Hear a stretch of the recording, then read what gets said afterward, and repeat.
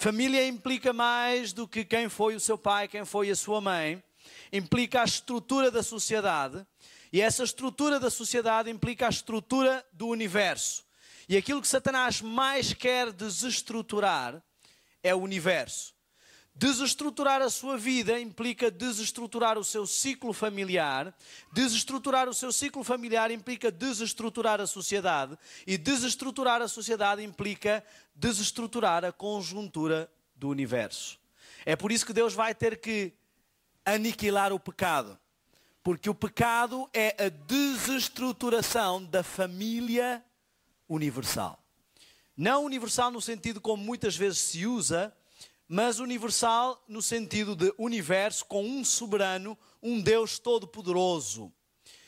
E a questão familiar envolve quase todos os aspectos. Então esta semana nós falámos de vários assuntos, desde a saúde até às questões da guerra dos sentidos e aspectos espirituais.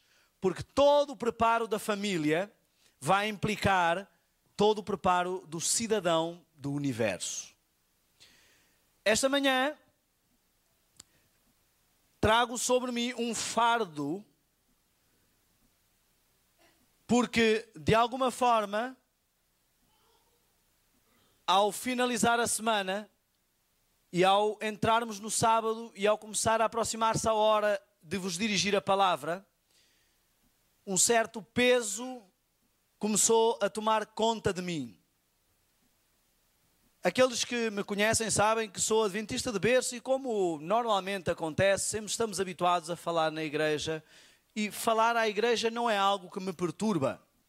Não sou propriamente uma pessoa tímida, não tenho problemas em falar em público, mas trazer a mensagem de Deus não é apenas uma questão de falar em público, de dirigir palavras ou de captar a atenção dos ouvintes. É um peso, uma responsabilidade. Trazer a mensagem de Deus não conhece rotina. Não é uma questão a que você se habitua, porque a cada hora existe alguém diferente e a cada momento Deus pode ter uma mensagem diferente e a cada momento, mesmo que Ele te dê a mesma mensagem, é sempre com mais e mais importância.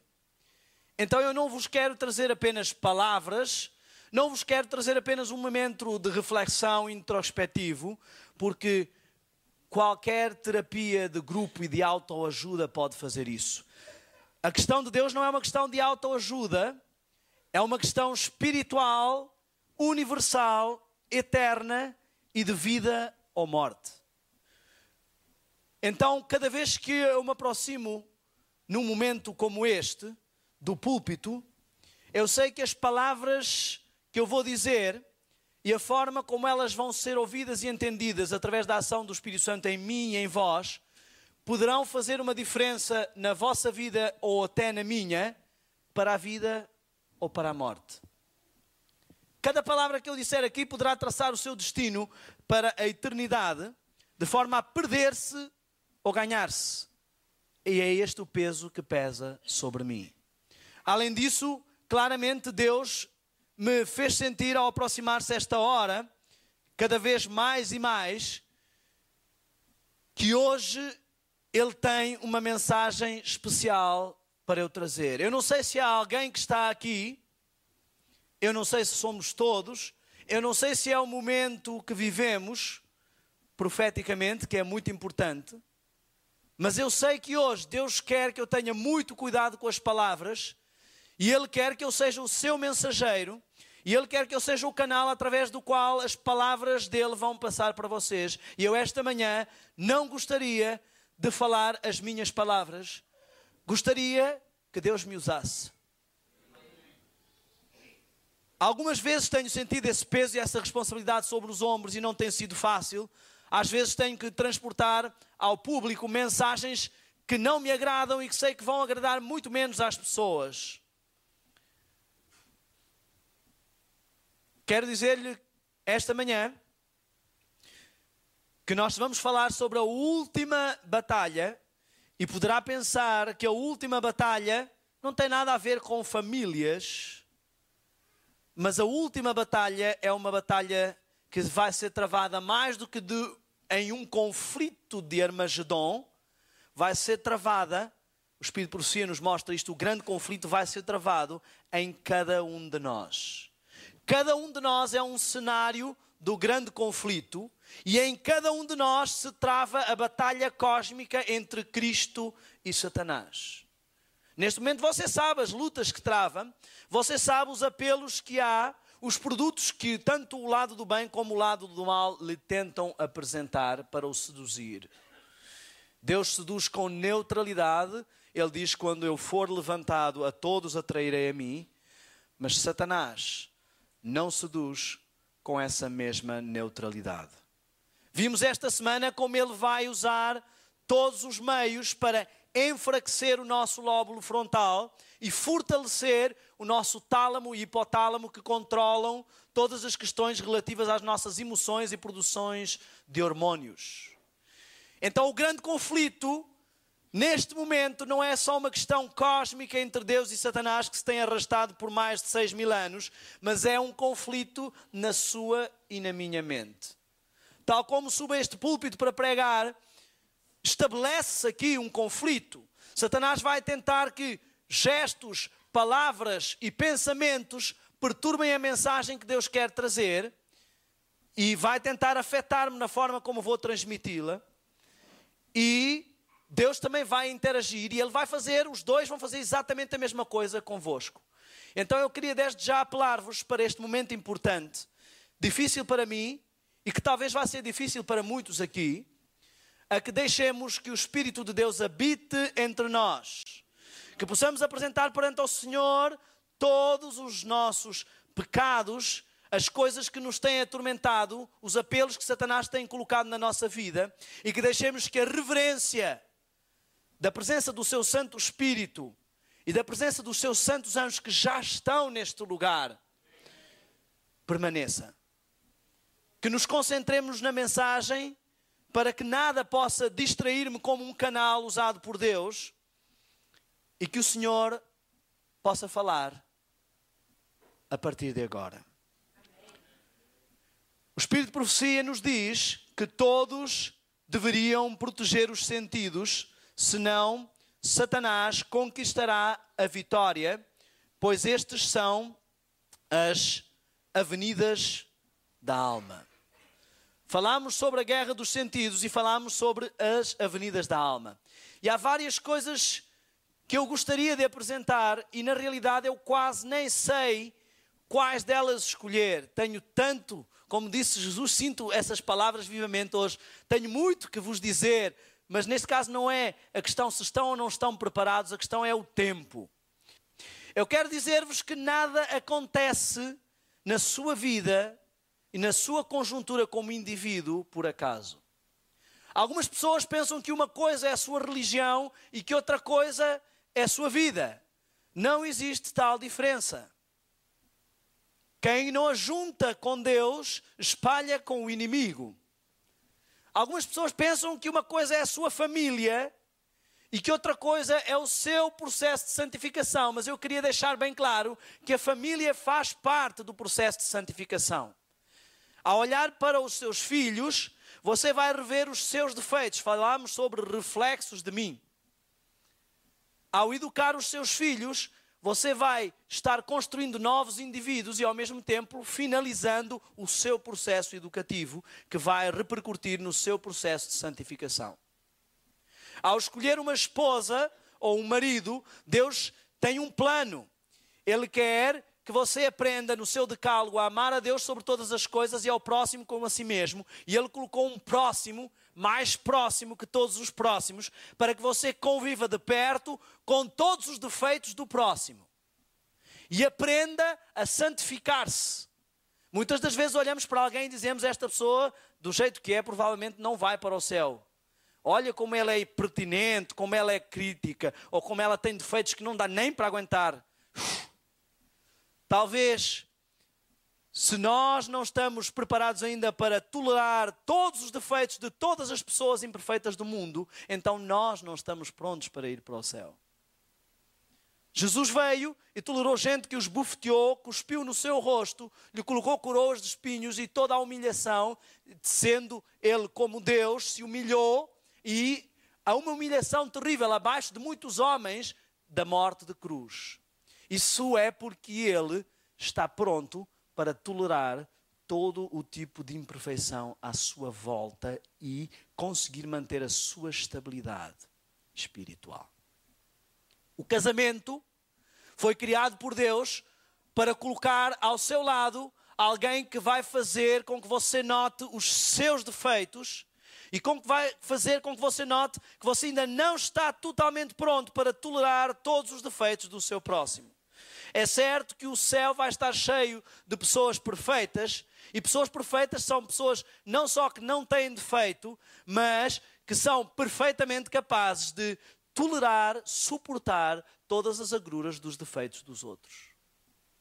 É muito importante o papel do pai e o papel da mãe, e imiscuir-nos e responsabilizar-nos do nosso papel de pai ou de mãe é irresponsabilizar-nos dos nossos papéis e responsabilidades da santificação.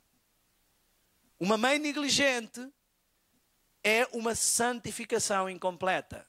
Um pai ausente, um pai que não assume as suas responsabilidades, que apenas deixa tudo nas mãos da mãe, é alguém que nunca poderá completar o seu processo de santificação. E eu não estou apontando a ninguém, eu estou primeiramente apontando a mim. Durante muito tempo, vi o meu ministério como sendo um chamado a todo o custo e a toda a prova, até que pela graça de Deus e com a ajuda da minha esposa, compreendi que o meu primeiro ministério é a minha família. Ignorando esse ministério, Deus não precisa que eu faça mais nada. Durante muito tempo não compreendia acerca do amor e pensava que era uma pessoa cheia de filosofias sobre o amor, até que me casei e vi que não entendia nada do que é o amor. Sabia muito de paixão e de sentimentos fortes. Mas amor não é uma questão do que é que você sente, do que é que o outro te faz sentir, mas é uma questão de quão disposto você está de, por princípio, fazer o outro sentir-se bem. Isso é o amor do universo. E graças a Deus, Deus me deu a possibilidade de descobrir um amor princípio no meu casamento. De aprender a fazer as coisas não porque eu quero me sentir bem, mas por princípio. O amor de Deus não é um amor sentimentalista, romântico. E aí o problema das músicas românticas de adoração a Deus, porque o amor de Deus não é um amor romântico, é um amor de princípio. Não há nada de romântico em entregar-se, sair de uma qualidade divina, entrar numa qualidade humana, ser crucificado. Isto não tem nada de romântico, isto significa entrega por princípio. Isso é o amor que deve existir no lar. Então, consequentemente, tudo o que vamos falar depois desta longa introdução, tudo o que vamos falar está implicado na questão da família e vamos entender, porque estamos falando de família e salvação, vamos entender o papel do indivíduo e da família nesta última batalha. Eu quero dizer-vos que o motivo por que Satanás tenta as pessoas com sexo livre, com homossexualismo, com prazeres e vícios, não é só por causa da destruição da vida dessas pessoas, é principalmente por causa da destruição das famílias. Porque ele sabe se conseguir destruturar as famílias, vai destruturar os indivíduos e vai destruturar tudo. A sociedade e o universo.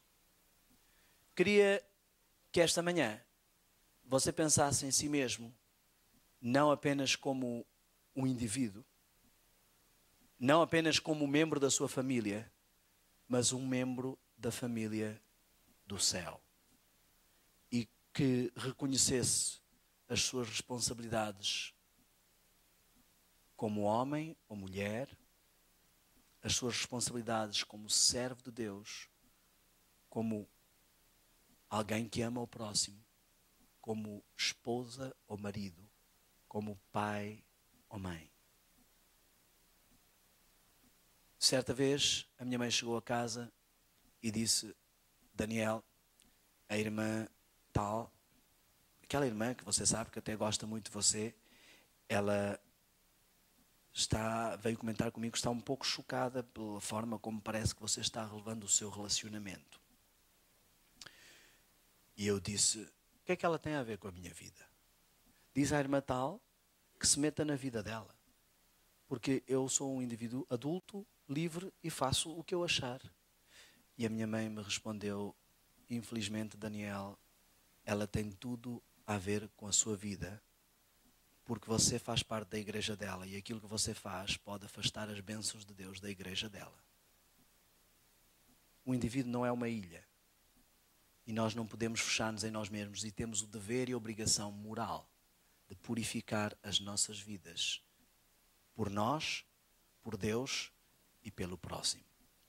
Irmãos, esta manhã nós vamos fazer uma viagem e nós vemos, foi lido um texto do livro de Filipenses, e este texto pode servir-nos como início da nossa viagem. Filipenses 4:8 nos diz: quanto ao mais, irmão, tudo o que é verdadeiro, tudo o que é honesto, tudo o que é justo, tudo o que é puro, tudo o que é amável, tudo o que é de boa fama, se há alguma virtude, se há algum louvor, nisso pensai. Estamos falando aqui de pensamentos. E por que é que vemos aqui uma preocupação tão grande de Paulo com os nossos pensamentos? Afinal, nós vimos os fariseus que parecia que a vida ia toda bem, mas como iam os pensamentos? Quando Jesus começou a escrever na areia o que ia dentro de cada um deles, provavelmente começou a ficar exposto e viu-se que não passavam de túmulos caiados. Ignorar a importância dos pensamentos é estar derrotado à partida. É a base de tudo, é onde todo o processo começa. Antes de Satanás exteriorizar o que ele sentia, diz o Espírito de Profecia claramente que ele começou olhando para si, envaidecendo-se nos seus pensamentos. Ainda não tinha falado com ninguém e já estava começando o pecado. Não há mal nenhum em olhar para si e ver que é bonito, que tem talentos, mas quando isso começa a graçar no seu pensamento, quando isso começa a trabalhar na sua vida e começa a ser a razão e você começa gastando tempo com isso, você começa namorando e condescendendo com esse pensamento, já não temos apenas um pensamento, temos um pecado. O Espírito de Profecia nos diz claramente: é preciso manter guerra constante contra a mente carnal. Testemunhos, volume 2, página 478 e 479. Pensamentos corretos, puros e santos propósitos não vêm naturalmente, temos que lutar por eles. Review and Herald, 28 de novembro de 1899. Todo pensamento pecaminoso tem de ser instantaneamente repelido. Testemunhos, volume 5, página 177. Os pensamentos precisam ser educados, controlados. Meditações matinais, Nossa Alta Vocação, de 1962, página 110. Como um homem imagina, diz Provérbios 23:7, na sua alma, assim é. O que vai no seu pensamento e no seu coração é o que você é. Não importa se você guarda a lei exteriormente, se no seu pensamento e no seu coração há impureza, você está em pecado. Deus não diz que quer gravar a sua lei apenas na nossa mente, Ele diz que quer escrever a sua lei no nosso coração. quer que brotemos a sua lei. Pensamentos têm muito a ver com a formação do caráter, diz Mensagem aos Jovens na página 144. Nossos pensamentos devem ser estritamente guardados. Um mau pensamento deixa uma má impressão no espírito. Na luta, o êxito ou o fracasso depende muito do caráter e da maneira por que são disciplinados os pensamentos.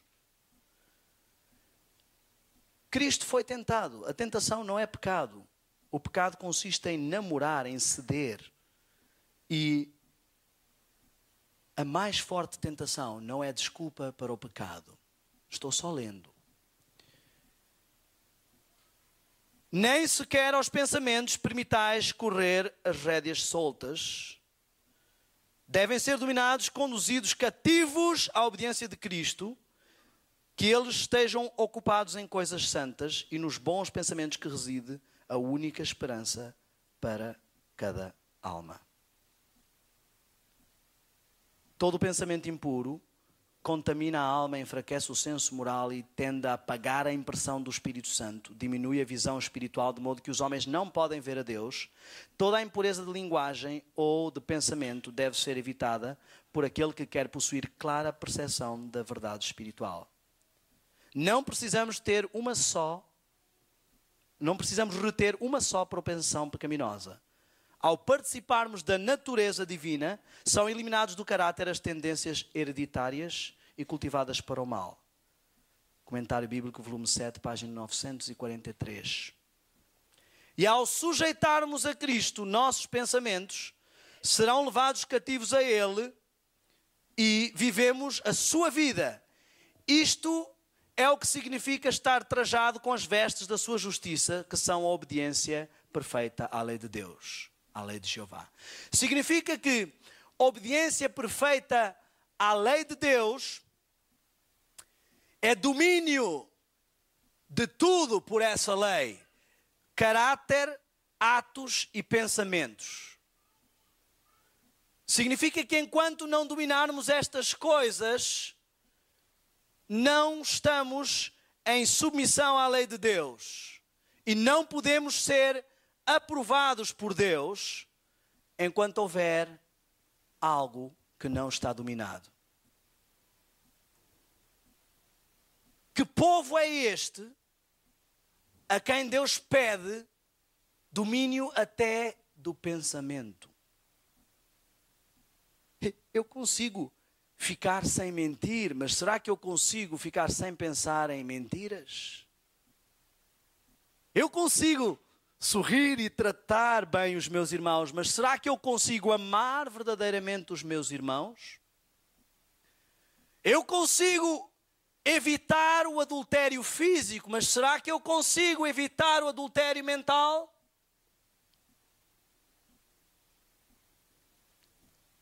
Significa, quando Deus diz isto,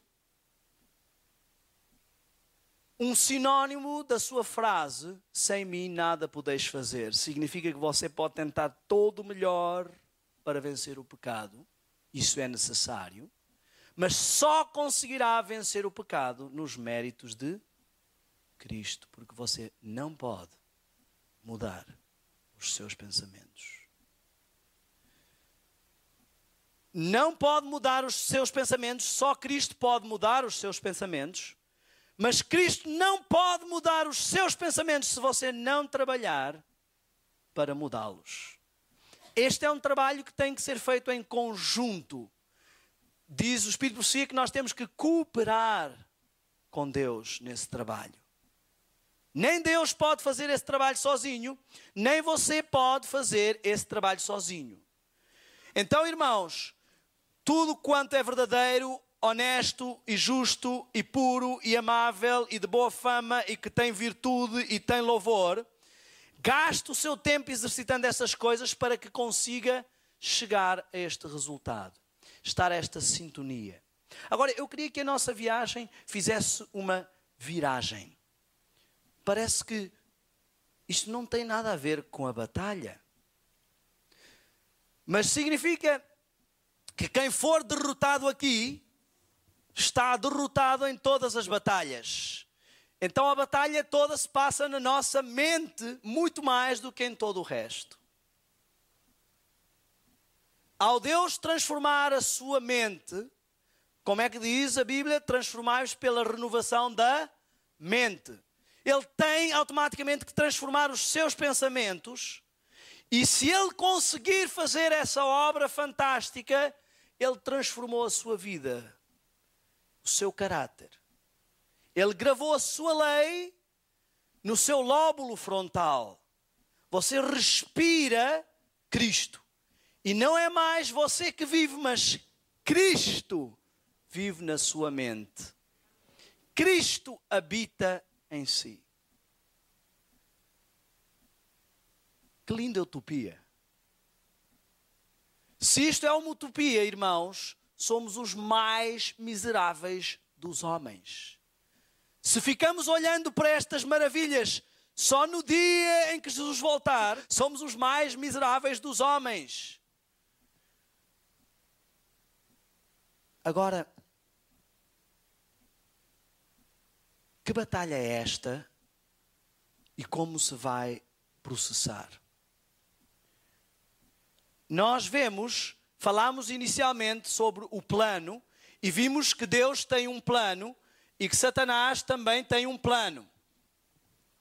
E eu gostaria que nos focássemos no momento mais importante da humanidade, e esse é o momento em que Cristo toma a forma humana, a sua vida se desenrola como um exemplo e um modelo,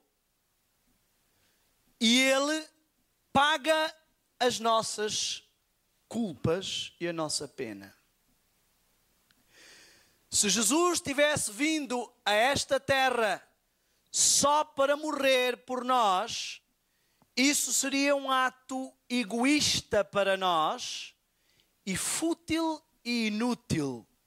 E bastaria que ele viesse, assumisse a forma humana, fosse morto e fosse embora. Mas Jesus se submeteu a nascer como um de nós, viver como um de nós, sofrer como um de nós, ou muito mais que muitos de nós, para que nós pudéssemos entender que temos que ser, viver e atuar como Ele.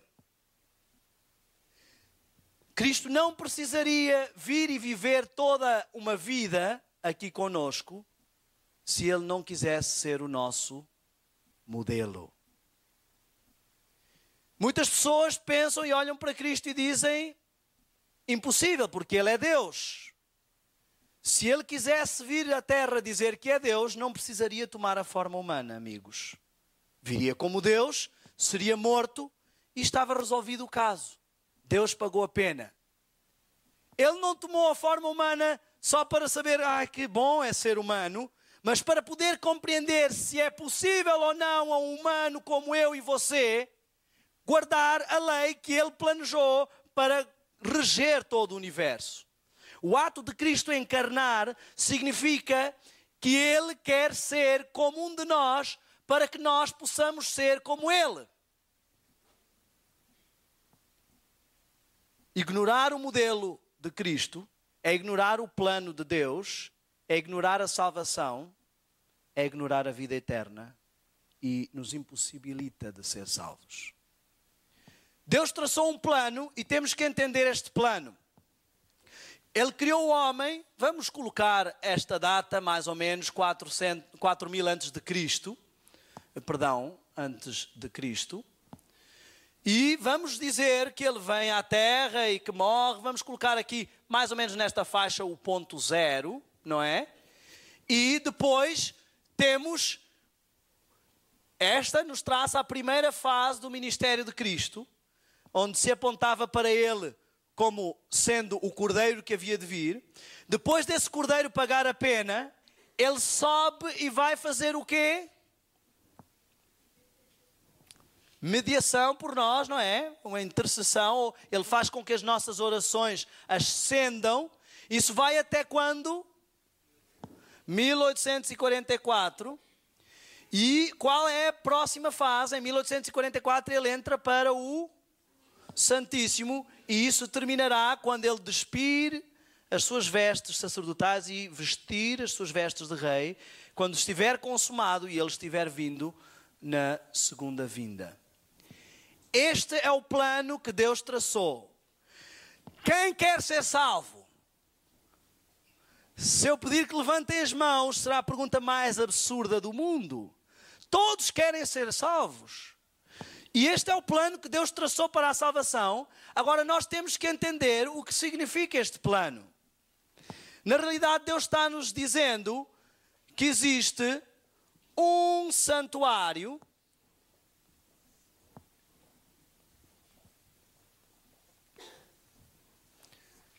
e que esse santuário representa todo o seu plano. Tem uma porta apenas para cada processo, porque só há um caminho para chegar à salvação, a chegar a Deus. E tem vários objetos. Tem aqui onde você entrega o seu pecado, é pago o seu pecado, e você aceita o batismo não só pela água, mas pelo Espírito. Você é limpo do seu pecado, morre para uma velha vida e nasce para uma nova vida. Temos aqui, então, a justificação. Você não merece outra coisa senão a morte, mas alguém toma o seu lugar e você agora pode aceitar esse perdão e ser purificado com um pacto com Deus. Justificação, muitas pessoas pensam que é o fim do processo, mas Jesus não morreu na cruz e ponto final. Significa que para completar-se o seu ministério, a parte que ele tem que fazer tem 3 partes, e como é um trabalho em conjunto entre nós e ele, a parte que nós temos que fazer também tem 3 partes. Significa que na primeira parte nós aceitamos a justificação.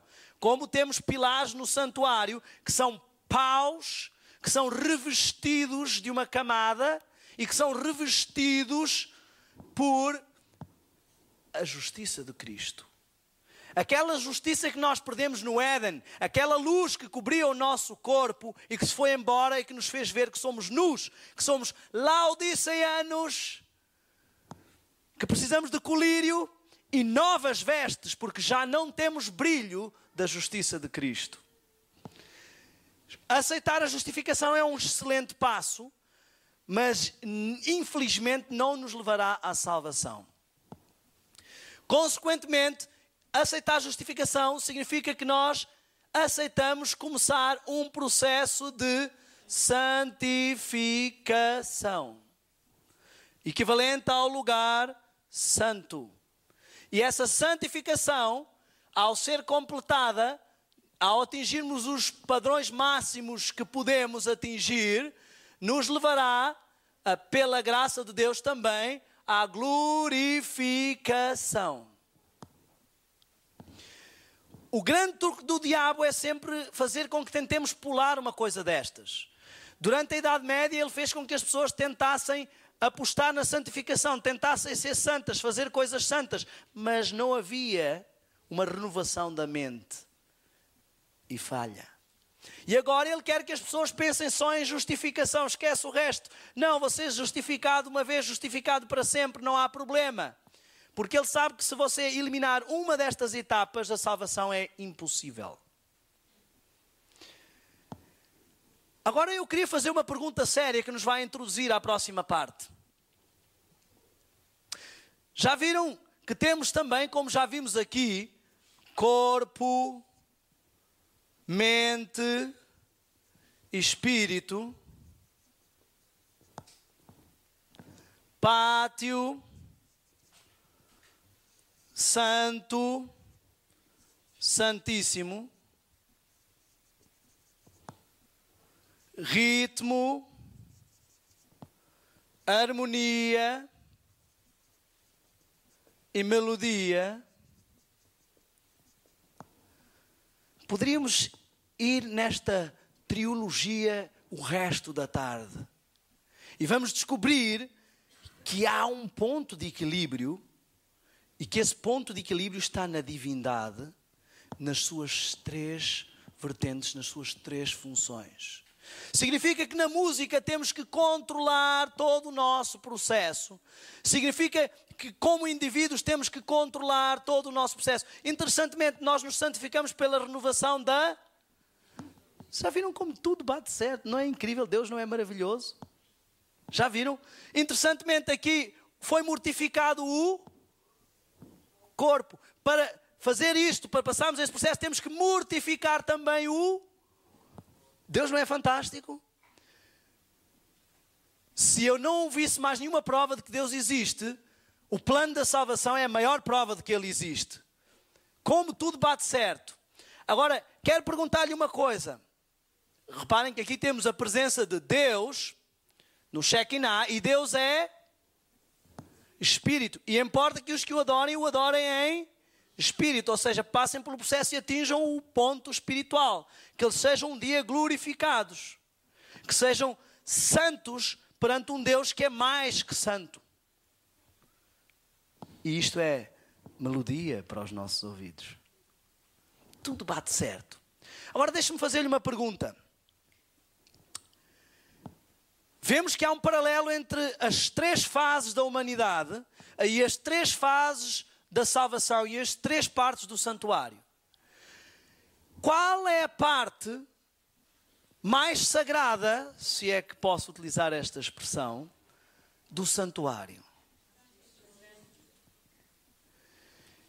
Se tudo está em paralelo, qual será a fase da história mais sagrada de todas? Não. Isso é o processo de salvação, glorificação. Eu estou falando do plano da história.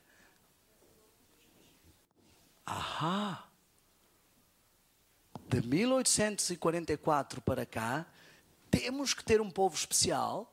E quanto mais avançamos, mais santo fica o espaço, mais santo tem que ser o povo. Significa que você e eu temos uma responsabilidade de ser santos acima de todas as fases da história. Irmãos, isto não é brincadeira, o que eu estou dizendo.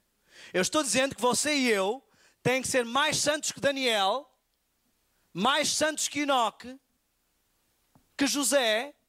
Temos uma responsabilidade. Mais santos, não entendam uma questão de vaidade ou diferenças de santidade. Estou a dizer, temos uma responsabilidade maior do que a deles, não menor. Deus não pode ter prestado atenção e aberto os olhos no pátio para fechar os olhos a qualquer coisa no lugar santíssimo. Isso faz sentido na sua cabeça, porque na minha não faz. Deus não pode fechar os olhos a um último povo. E o pastor Diego acabou de falar sobre um livro que fala sobre esta última geração. E é por isso que a última geração vai travar a última grande batalha. E esta manhã eu gostaria que entrássemos no que significa este período e em quem são as pessoas que fazem parte deste período e o que elas representam, porque isso é o que nos diz respeito a nós. Temos uma profetisa, não é? Que escreveu aí alguns livros. Coitada, já morreu. Como diz Eclesiastes 9, já não tem nenhuma ciência, não tem parte nas coisas que se passam. Então não pode ajudar ninguém, senão pelos legados que deixou. Quando a minha mãe morreu, eu estava já no ministério, recebi um telefonema numa quinta-feira da minha irmã, dizendo assim: tenho más notícias de Portugal. E eu logo soube o que é que era. E sabem, a primeira coisa que me ocorreu foi: agora estou por minha conta, não há mais orações da mamã.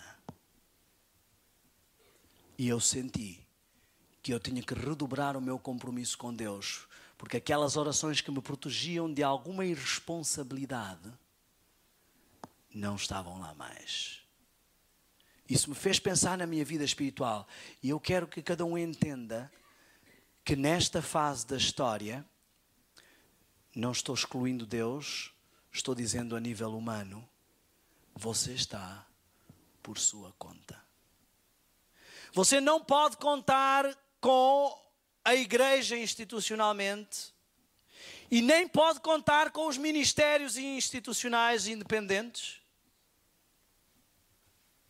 os autossustentados. Você não pode contar com a sua esposa ou com o seu marido. Você não pode contar com a sua mãe. E você nem pode contar comigo, nem com nenhum pregador que suba aqui.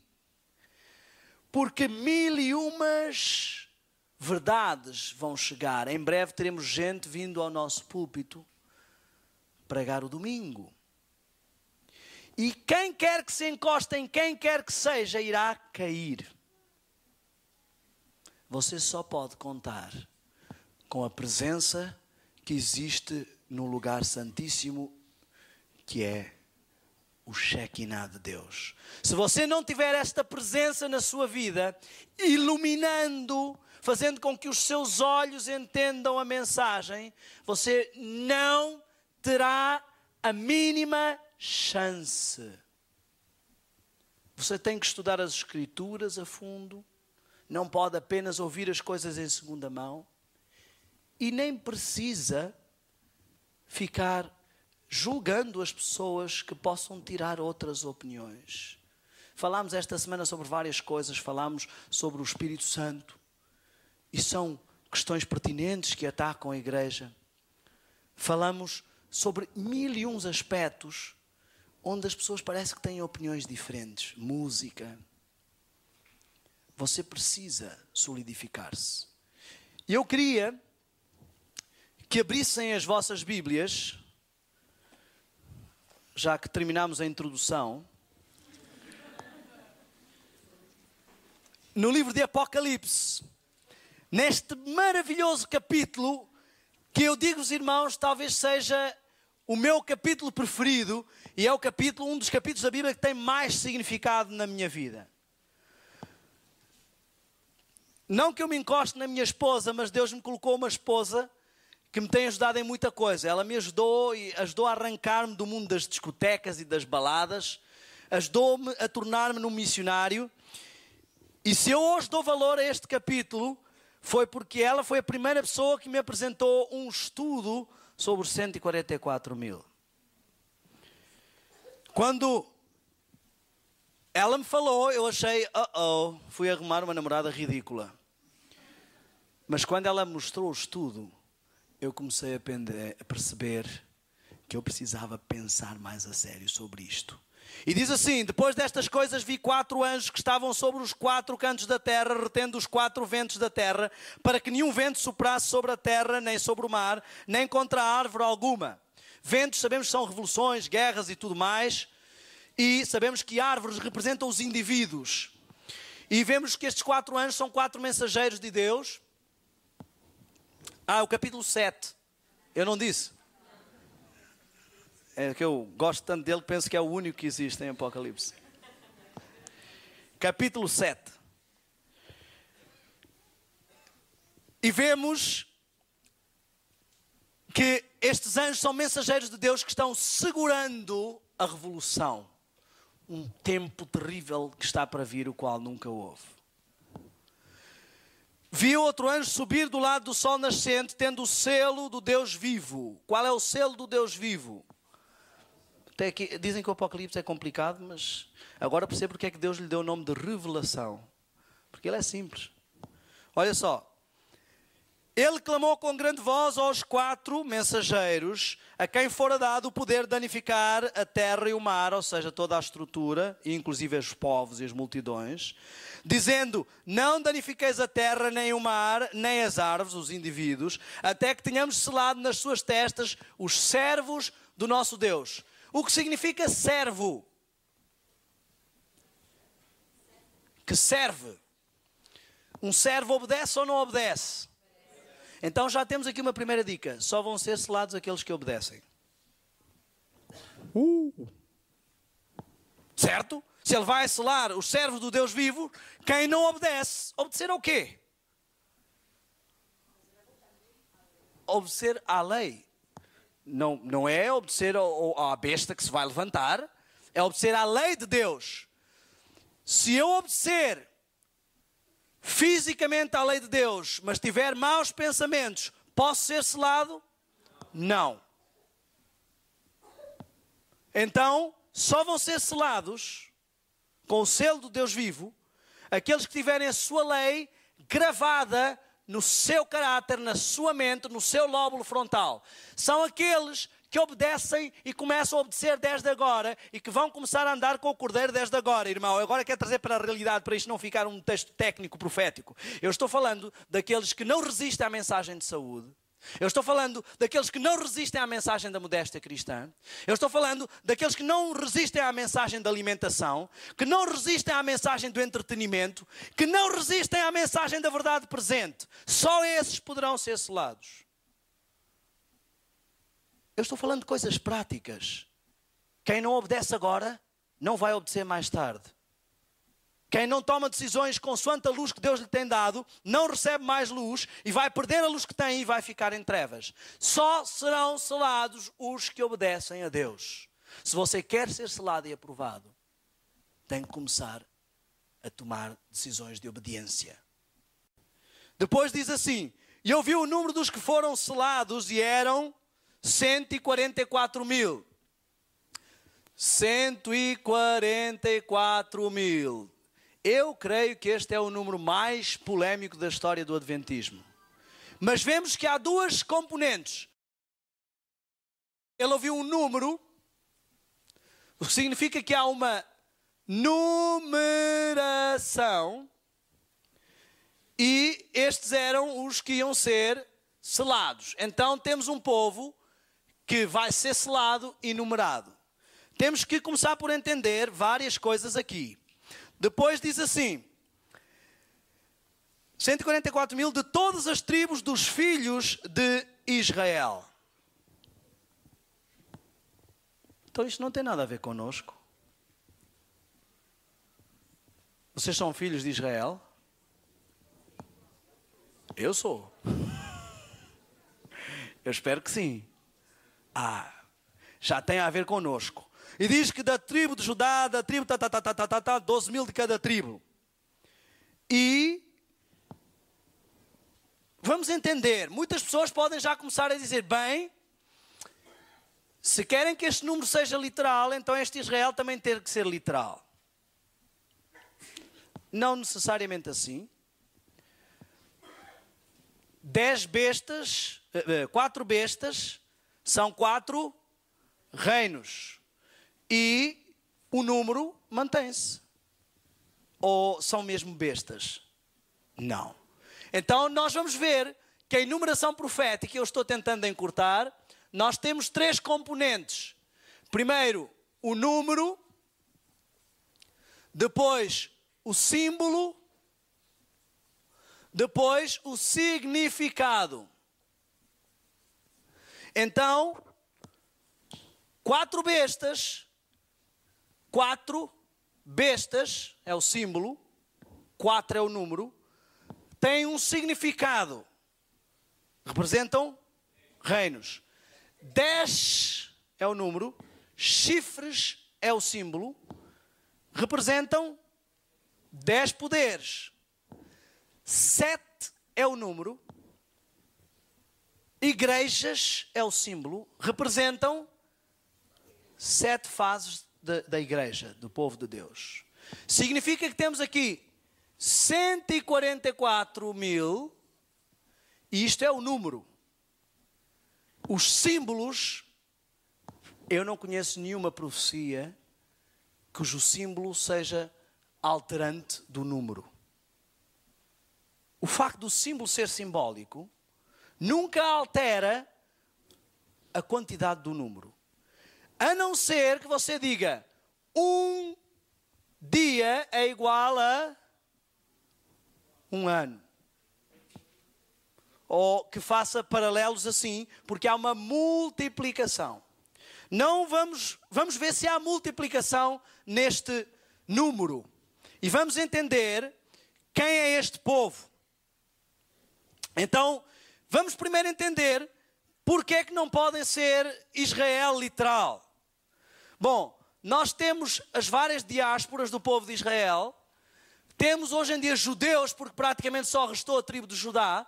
Então, não poderão ser as outras tribos, porque elas foram totalmente dispersas. Temos o rei da Síria, que trouxe gente de Babel e juntou até com os cativos que ele tinha.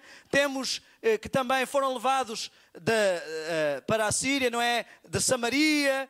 E, enfim, houve uma grande mistura. Temos também o caso de Babilônia, houve uma grande mistura. Então temos, o povo de Israel já foi mais que assassinado, está mais que misturado. É impossível distinguir tribos literais. Além do mais, vamos encontrar algo interessante. É que aqui nos estão a mostrar tribos que não são a típica listagem de tribos. Já repararam nisso? Não havia a tribo de José. A tribo dele foi dividida entre Efraim e Manassés. Mas aqui ela está. Certo? Vamos encontrar várias situações que não se encaixam.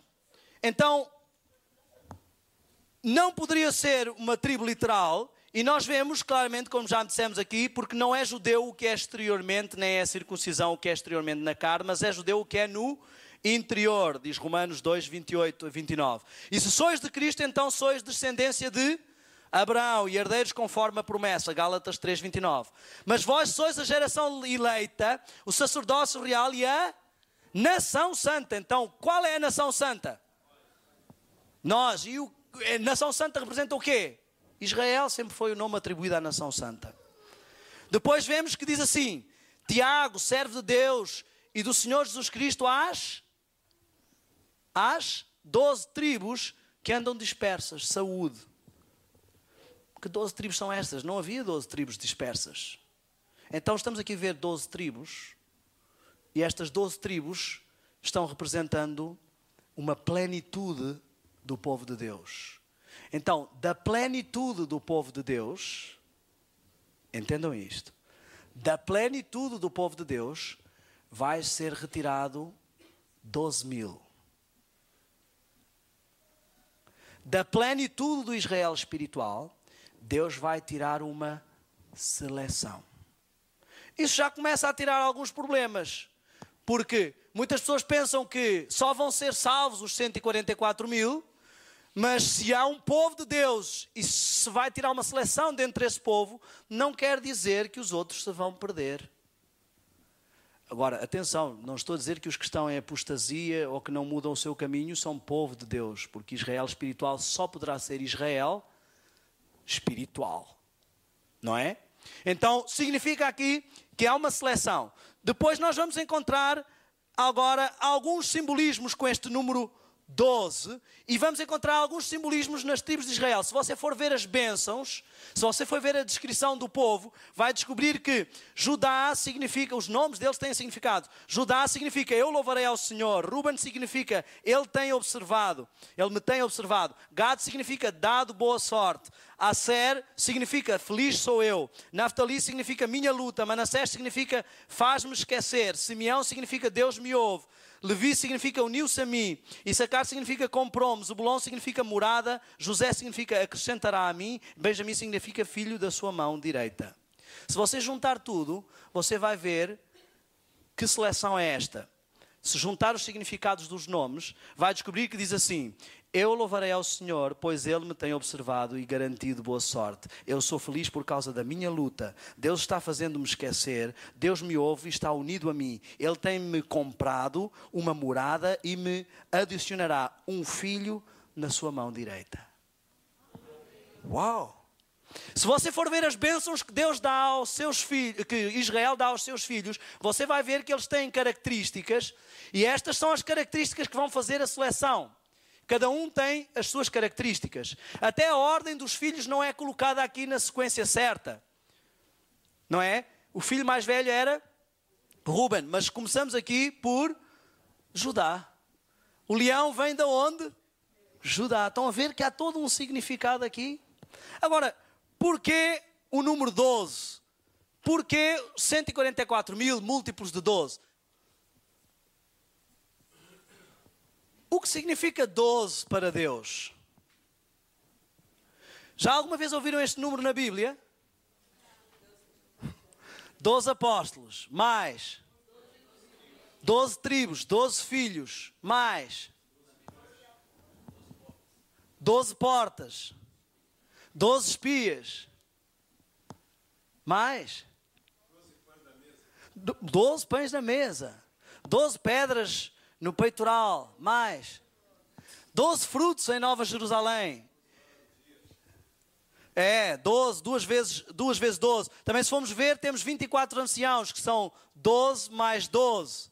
Ou seja, os patriarcas antigos e os patriarcas da velha aliança e nova aliança. Temos uma série de representações. Vemos que, por exemplo, nós encontramos 12 portões na cidade, 12 fundações, 12 pedras. Vemos que há aqui um número, para já que ele é um número perfeitamente divisível. Você pode dividi-lo por 1, por 2, por 3, por 4, por 6 e por 12. Ou seja, perfeito para a construção de uma cidade. E depois nós vamos ver que temos 12 patriarcas de 7 até Noé e 12 de 100 até Jacó. Temos os tais 12 espias, temos 12 juízes de Otaniel até Samuel. Temos, por exemplo, um caso que eu gosto sempre de realçar, que são as duas pessoas do sexo feminino que são curadas numa sequência por Jesus. Uma mulher que tinha o quê? Fluxo de sangue. Havia quanto tempo? 12 anos. E logo a seguir é ressuscitada uma menina que tinha que idade? O que significa mulher na Bíblia? Igreja, estão a ver que há um significado com este número? Deus faz parar a primeira parte do pacto com contínuo derramamento de sangue por causa do sacrifício, uma mulher antiga, e faz vir à vida uma nova igreja. Fez parar a antiga igreja e faz vir à vida uma nova igreja. 12 significa as bases da estrutura do governo de Cristo, da sua liderança.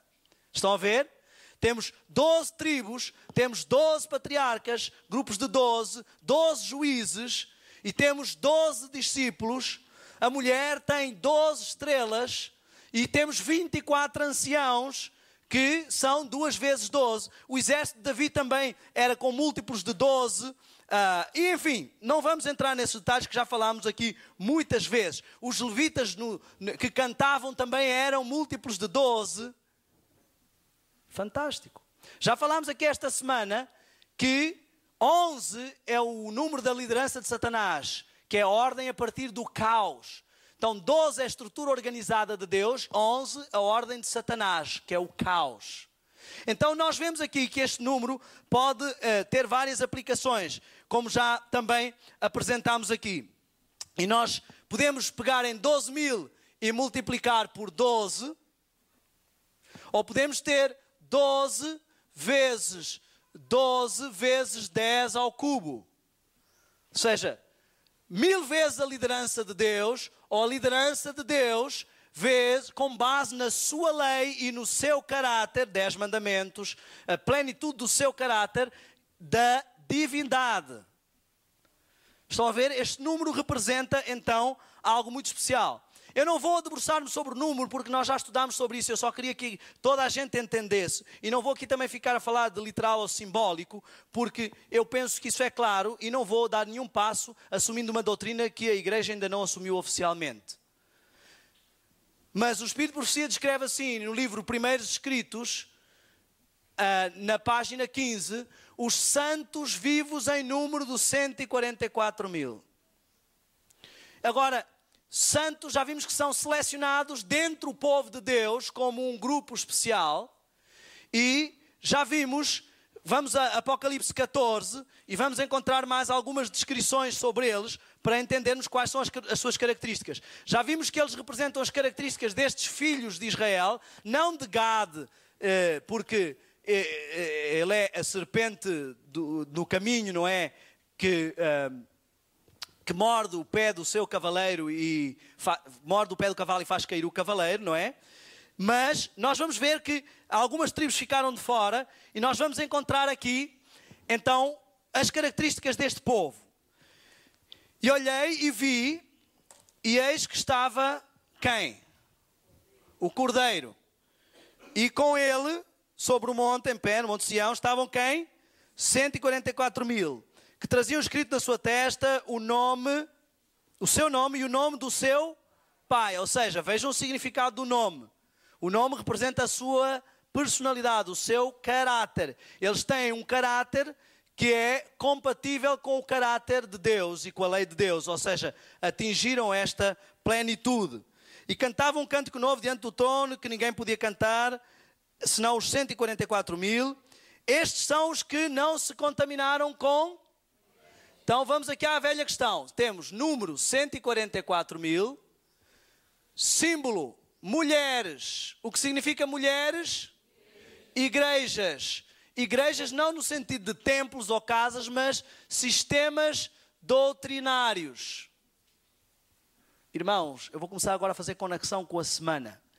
Estes são os que não acreditam em sistemas doutrinários que não os de Deus, sejam eles científicos ou religiosos.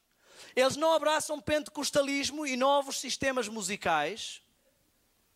Eles não introduzem baterias para o seu culto a Baal. Falámos sobre isso durante a semana. O Espírito de Profecia diz claramente que imediatamente antes de fechar a porta da graça teríamos na igreja música com gritos, tambores e danças. A palavra que ela usou para tambores era drums, que é uma palavra que tanto pode ser traduzida como tambor ou bateria. Estes são os que, agora vou falar para as famílias, quando o pediatra diz o seu filho tem que comer 6 vezes ao dia, ele diz não. O Espírito de Profecia diz que ele deve comer 2 a 3 vezes. Ele não se contamina com outras doutrinas e por isso ele consegue filtrar e manter a sua mente pura. Estes são os que quando o médico lhe diz você precisa tomar estes medicamentos, ele diz não, o meu Deus diz que eu devo evitar as drogas e que eu devo levar outro estilo de vida. Estes são os que quando alguém diz assim, não, essa história da carne é um extremismo, ele diz não, o meu Deus diz-me que é melhor eu apostar no vegetarianismo. Eles não se contaminam com outras doutrinas, com outras mulheres, porque o que está por trás de todas estas doutrinas e do mundo científico, como vimos na estátua de Daniel esta semana, a cultura pagã de potência em potência, o que está por trás da nossa cultura é a ciência pagã de Satanás, de outra mulher, de uma prostituta. Então, muitas pessoas gostam de levar isto no sentido literal, mas vemos claramente que esta literalidade tem um símbolo. Oséias foi obrigado a ir buscar a mulher prostituta várias vezes. Não é porque Deus disse que ele tinha que se casar com uma prostituta. Deus queria mostrar o seu amor pelo povo. E Deus chama a sua igreja de sua esposa, sua noiva e futura esposa, se ela se comportar à altura do casamento, não é? Porque há casamentos que ficam só pelo noivado. Depois nós vemos que diz assim... que, portanto, não se contaminaram com mulheres, pois são virgens, ou seja, são puros.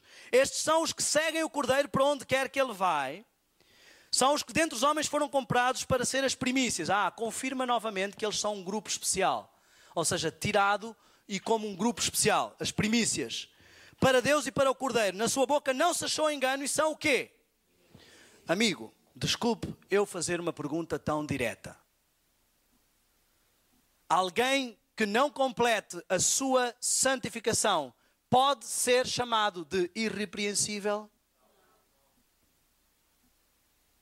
Os santos vivos que vão ver Jesus voltar vão ser transladados sem ver a morte. Ninguém pode ser transladado, passar para a fase da glorificação sem chegar ao seu escalão máximo de santificação. Vejam, nós somos o antítipo de Enoque, de Elias. Enoque disse que fez o quê? Andava com Deus. Pode alguém andar com Deus e em pecado ao mesmo tempo? Não. Então Enoque andava com Deus e Deus disse assim, filho, você já não está fazendo nada neste mundo. Você já completou a santificação, eu vou passá-lo para a glorificação. Moisés caminhou com Deus por 120 anos. Mas na última hora ele colocou uma mancha no seu processo de santificação. E Deus teve que lhe dizer assim, Moisés, eu gostaria de te passar diretamente ao nível seguinte, mas infelizmente esta manchinha vai fazer com que você tenha que passar pela morte antes de eu te levar. Não pode ninguém ser transladado ou passar diretamente da santificação para a glorificação com uma santificação em aberto. Isso é a mesma coisa que pular de ano na escola sem ter completado o ano anterior.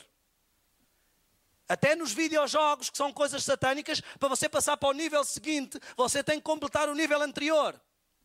Ninguém pode esperar ver a Cristo estar vivo e ser arrebatado vivo, não no sentido do secreto, é um arrebatamento bem visível porque tem anjos e trombetas, e ser transformado no abrir e fechar de olhos e esperar que Deus vá fazer a parte que Ele não fez com a santificação.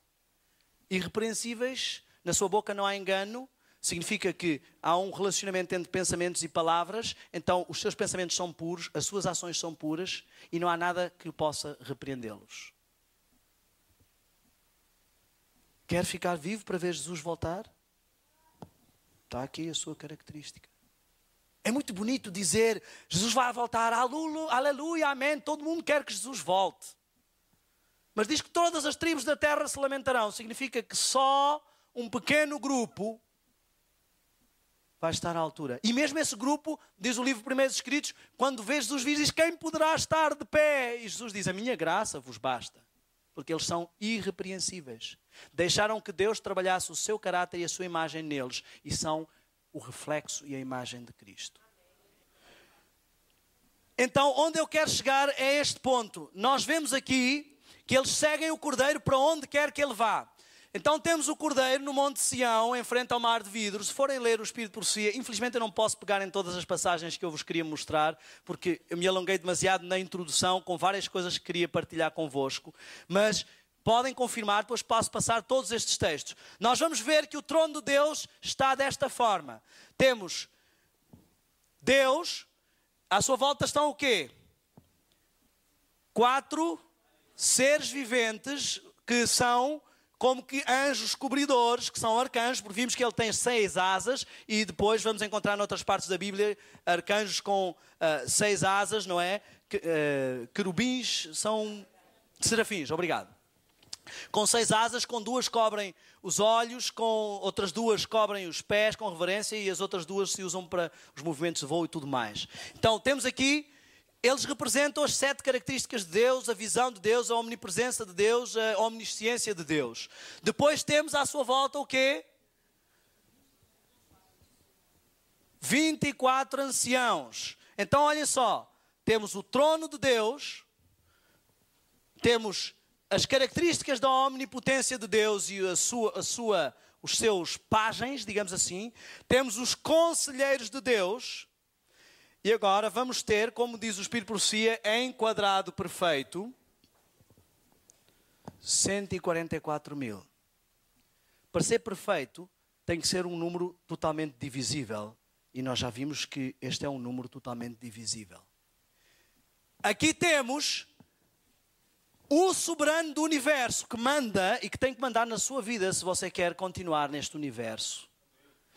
Temos todas as suas características e a sua omnipotência, e aqueles que são os seus pajens, que são os seus anjos cobridores, como tínhamos Lúcifer nesse papel, bem chegado ao trono de Deus. Temos o conselho de Deus, os sábios que ajudam a governar. E temos as forças especiais, as tropas de elite, o seu... como é que se chama quando um rei tem aquele grupo de soldados? Não é o exército. São o grupo de soldados que está com o rei no seu séquito.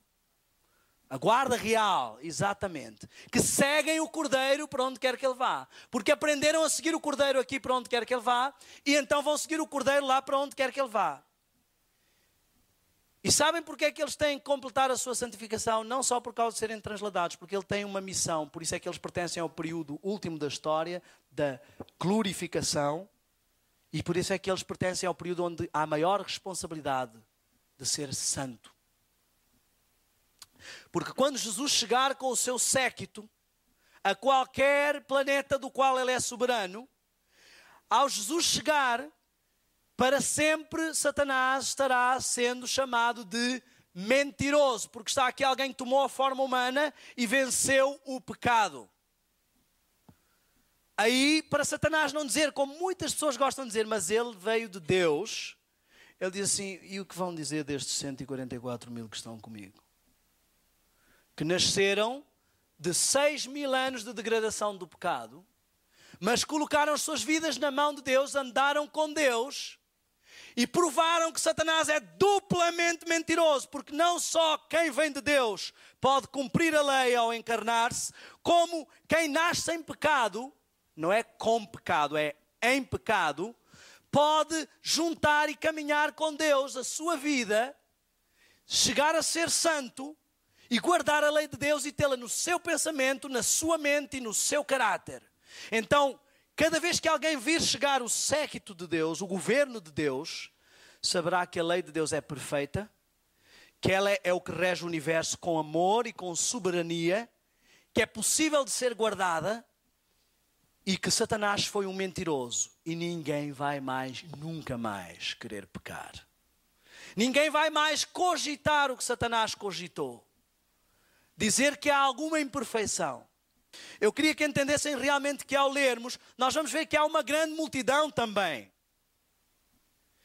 Vai haver uma grande multidão de salvos, mas eles não são arrebatados, não no sentido evangélico, entendam, não são transladados sem ver a morte, como este grupo especial, que é retirado do povo de Deus. Dentre a grande multidão saem de toda a plenitude do povo de Deus.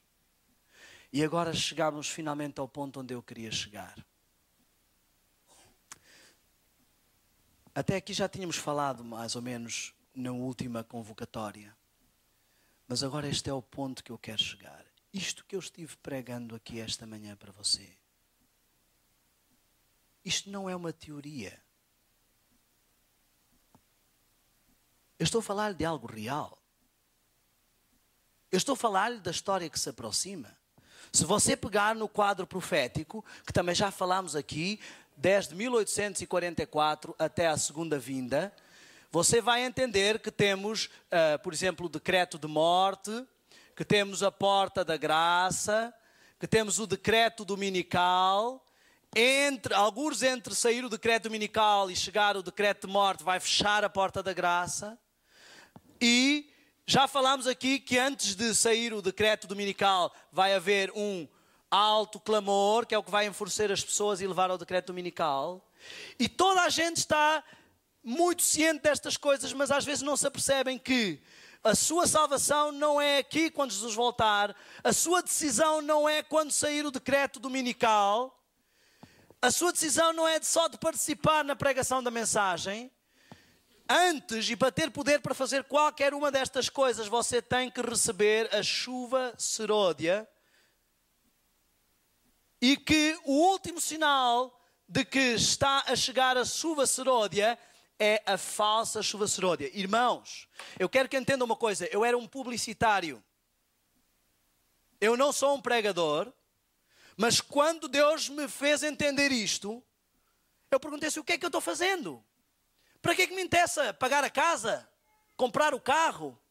Fazer crescer a empresa? Porque Ele mostrou claramente, esperem. Isto são profecias que estão escritas há mais de 100 anos. Irmão, há mais de 100 anos que Ellen White diz que recebeu uma visão de Deus explicando as coisas que iriam acontecer. E a sequência de acontecimentos. E que uma das coisas que Deus lhe disse é que é assim. Haverá entre o povo de Deus um reavivamento da primitiva santidade. E antes que venha o tempo para esse reavivamento, Satanás irá fazer parecer que uma bênção especial de Deus está sendo derramada e manifestar-se-á o que aparenta ser um grande interesse religioso. Falso Pentecostes, falso dom de línguas, falso crescimento espiritual. Eu quero que vocês entendam o seguinte, irmãos. Há mais de 100 anos que Deus te avisou acerca deste momento. Que Ele disse assim, vai chegar a um ponto onde você vai ver toda a gente interessada em religião. Você vai ver essas coisas crescendo e as pessoas vão estar nas igrejas e parece que estão muito entusiasmadas. E vão dizer que há Espírito Santo nas suas igrejas. E vão mudar o estilo de música e adoração a Deus. E vão falar línguas que ninguém entende porque são diferentes das que os discípulos falaram, que todos entenderam cada um na sua própria língua. E vão dizer que é o Espírito Santo e vão ser projetadas contra a parede e espumar da boca, o que nunca vimos acontecer na Bíblia, só vimos acontecer no culto tribalista africano. E vão trazer um sistema de apostasia como o que Paulo falou, que antes de chegar o homem da iniquidade se manifestaria a apostasia. e sobre o qual Jesus disse: acautelai-vos que ninguém vos engane, porque vai vir um falso sistema religioso que, se possível, vai enganar até aqueles que querem ser escolhidos.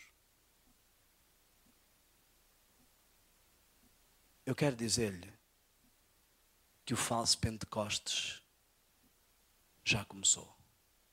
Não só ele já começou, como ele já invadiu todo o mundo evangélico. E eu gostaria de poder dizer-lhe que está a invadir a Igreja Adventista, mas infelizmente isso é uma mentira. Eu tenho que dizer que já invadiu a Igreja de Deus. E eu quero que você entenda que o que eu estou dizendo esta manhã é uma verdade. Foi previsto há mais de 100 anos. E está a acontecer.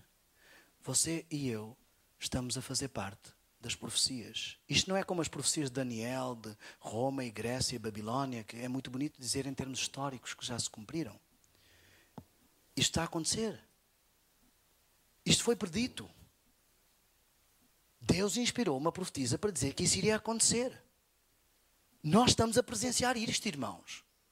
Nós estamos no meio da profecia. O nosso nome está no meio das profecias. Estamos a ver acontecer o último sinal antes do derramamento da chuva seródia. Se alguém ainda pensa que é tempo de ficar a pensar em casas e carros e negócios e faculdades e...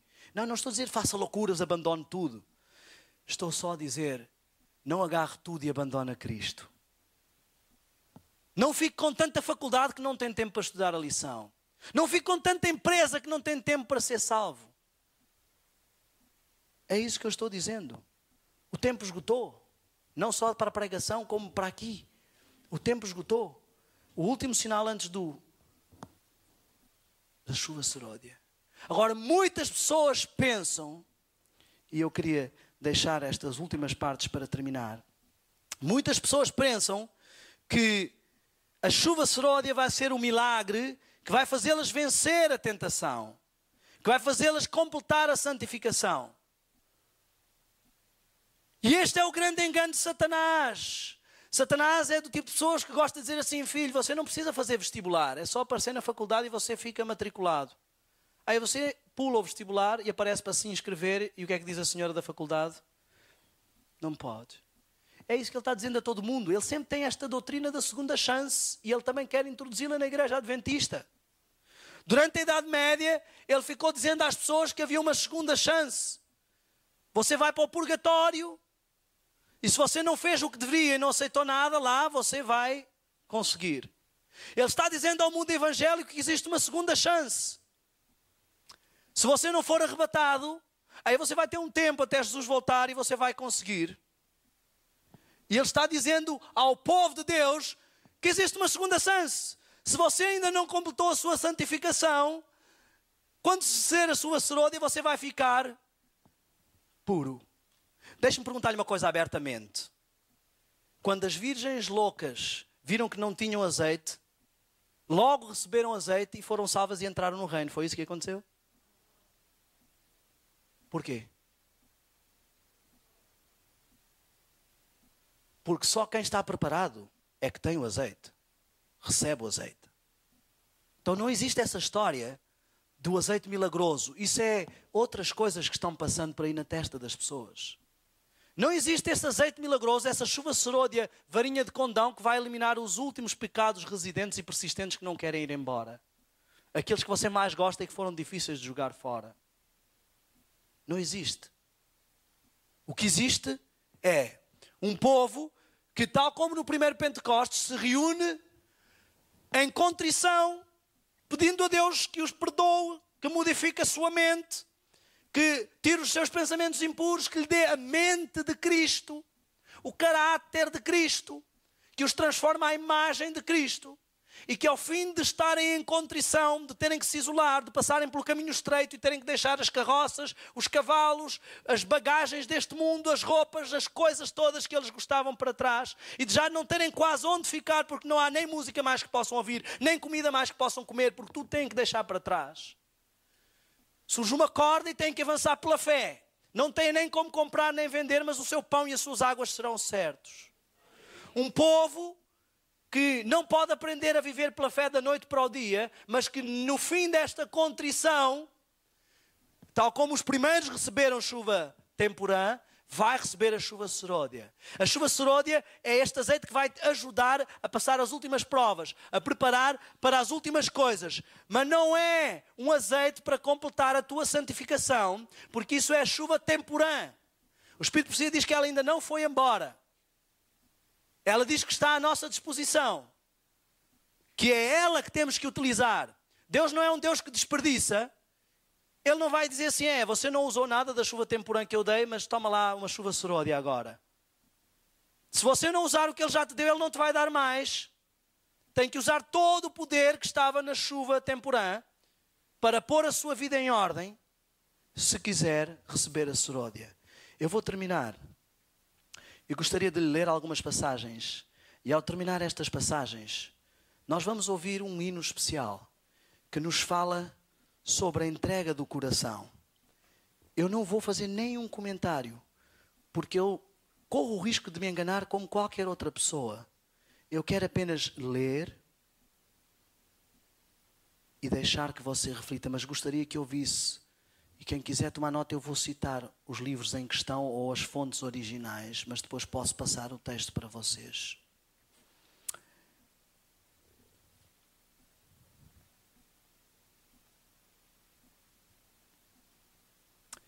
Isto, eu gostaria que se lembrasse que isto não é apenas Ellen White escrevendo.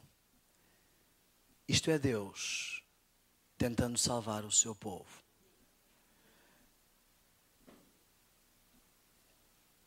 Nutrir a ideia de que em algum momento, futuramente, sereis objeto de grande bênção, quando sem nenhum esforço da vossa parte tiver lugar um maravilhoso reavivamento, é um erro. Hoje deveis ter purificado o vosso vaso, a fim de estar pronto para os chuveiros da chuva seródia.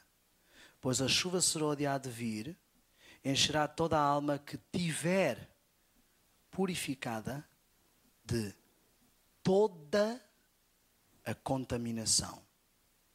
É obra hoje submeter nossa alma a Cristo para que sejamos preparados para o tempo do refrigério.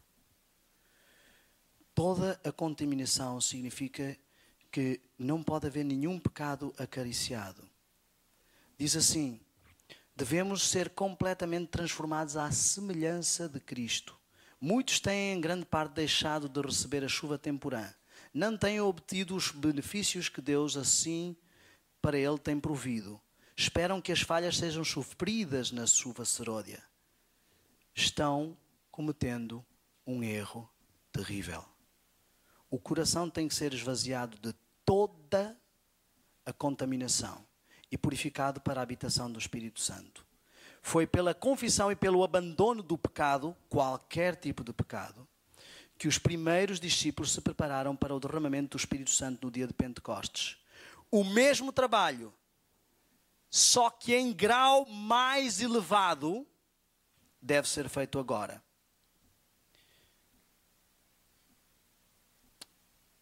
Temos alguma contaminação e pecado no coração?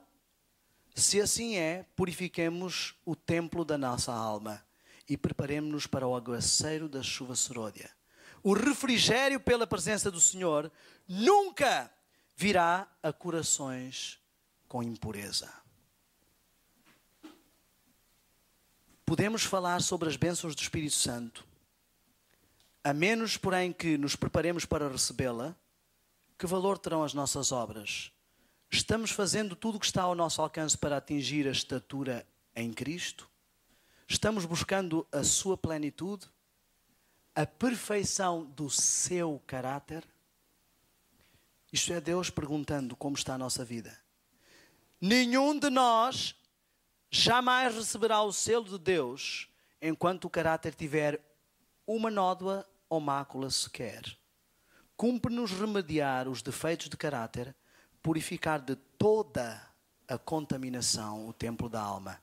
Então a chuva seródia cairá sobre nós, como caiu a temporã sobre os discípulos no dia de Pentecostes. Caso alguém não seja purificado, e vença o egoísmo, o orgulho e as más paixões, os anjos de Deus têm a recomendação: estão entregues aos ídolos, deixai-os. Os que satisfazem em todos os pontos e resistem a toda a prova e vencem, seja qual for o preço, atendem ao conselho da testemunha verdadeira e receberão a chuva seródia. Os que resistem a toda a prova, assim estão aptos para a transladação. Um último texto.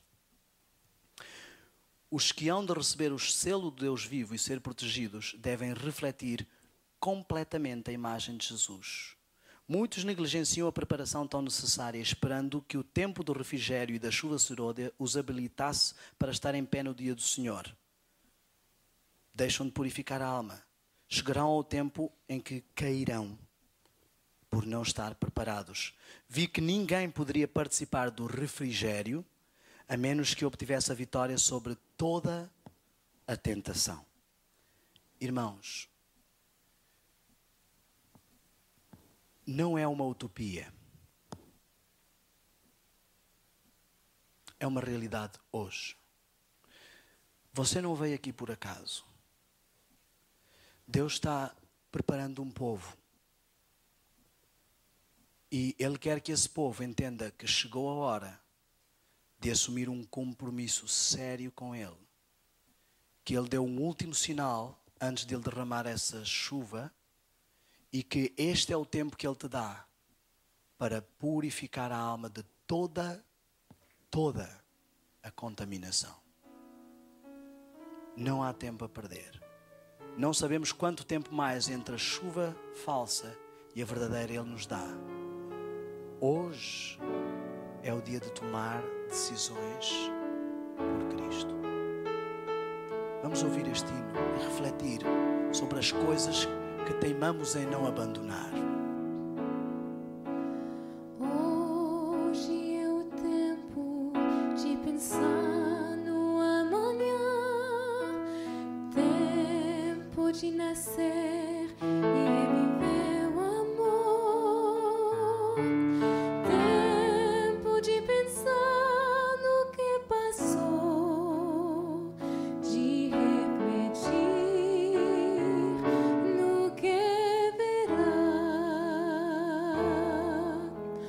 Hoje é o tempo de fazer uma decisão, tempo de pensar e refletir então, tempo de abraçar aqui toda a verdade então, também é tempo de deixar Jesus nascer no coração. Um homem veio à terra como exemplo para nós. Um homem veio à terra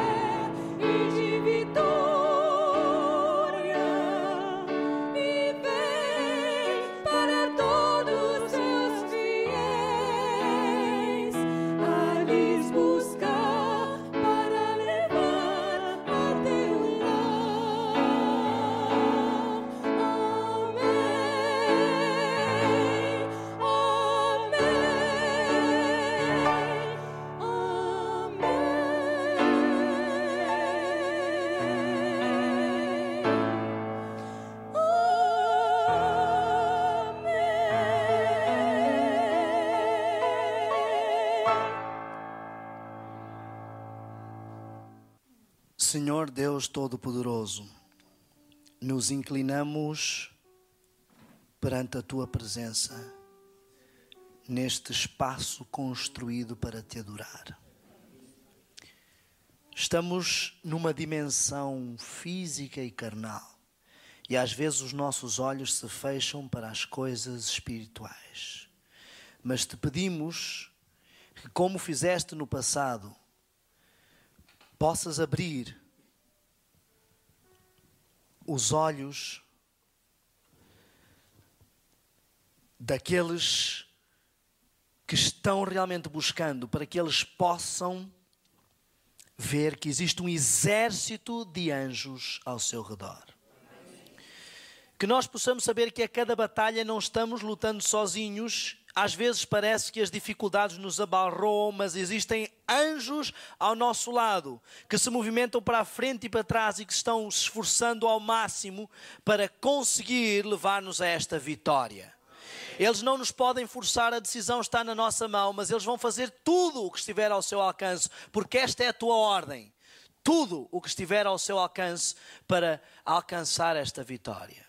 Te pedimos que Tu nos ajudes também a dar tudo o que estiver ao nosso alcance para obter esta vitória, Senhor. Que não possa haver nada tão querido, nada tão agregado a nós, nenhum vício, nenhum gosto, nenhum prazer, nenhum ser humano, nada tão importante a ponto de afastar-nos desta unidade contigo. Que não possa haver nenhum ato, nenhum pensamento, nem nenhum nada que seja tão poderoso que possamos optar por isso em vez de optar pelo Teu santo nome e pela eternidade que nos queres dar. Esta manhã, Senhor, eu quero pedir uma bênção especial sobre as pessoas que vieram aqui. Essa bênção não vem de mim. E eu nem sou digno para estar na Tua presença e pedi-la. Mas eu venho à Tua presença em nome e nos méritos de Jesus. Não de qualquer Jesus, como já vimos aqui, mas do verdadeiro Cristo. Do verdadeiro que há de vir e desse que quer dar-nos essa bênção, esse Consolador em dose plena, dupla, tripla. Senhor, sabes que estão aqui pessoas que desejam colocar as suas vidas em ordem contigo e receber esta chuva. Eu te peço, Senhor, que Tu nos dês força, que nos lembres sempre que o Teu Espírito está disponível na forma temporã para ser utilizado por nós. Que possamos crer que não há pecado tão grande que Jesus não possa limpar. Que não há vício, hábito, gosto, prazer tão grande que Jesus não possa tirar da nossa vida. Mas que isso implica uma entrega plena, que isso implica dar o passo e entregar o nosso corpo como um sacrifício vivo para ver operar o milagre. Senhor, Te pedimos força para dar este passo. Falámos esta semana sobre o que precisamos talvez de ajustar nas nossas famílias. Abençoa as famílias que vieram aqui, Senhor. Falámos esta semana que precisamos ter força para consumir outro tipo de produtos alimentares, outro tipo de saúde. Abençoa a saúde das pessoas que vieram aqui, Senhor. Não de uma forma egoísta, interesseira, mas em plenitude de consonância contigo. Falámos aqui sobre vigiar os sentidos e as avenidas da alma. Dá-nos força e poder para vedar a influência satânica. Falámos aqui sobre várias questões espirituais importantes para a nossa vida. Grava-as na nossa mente e ajuda a lembrar-nos todos os dias dos cânticos que ouvimos, dos cânticos de vitória e das mensagens que nos mostram que há um Deus poderoso que pode vencer todo o pecado, toda a contaminação da alma. Dá-nos, por favor, te pedimos, com solenidade e responsabilidade, preparação para completar a nossa santificação, deixar para trás todas as carroças, as bagagens, os cavalos, tudo. Avançar por esse caminho estreito e receber essa chuva.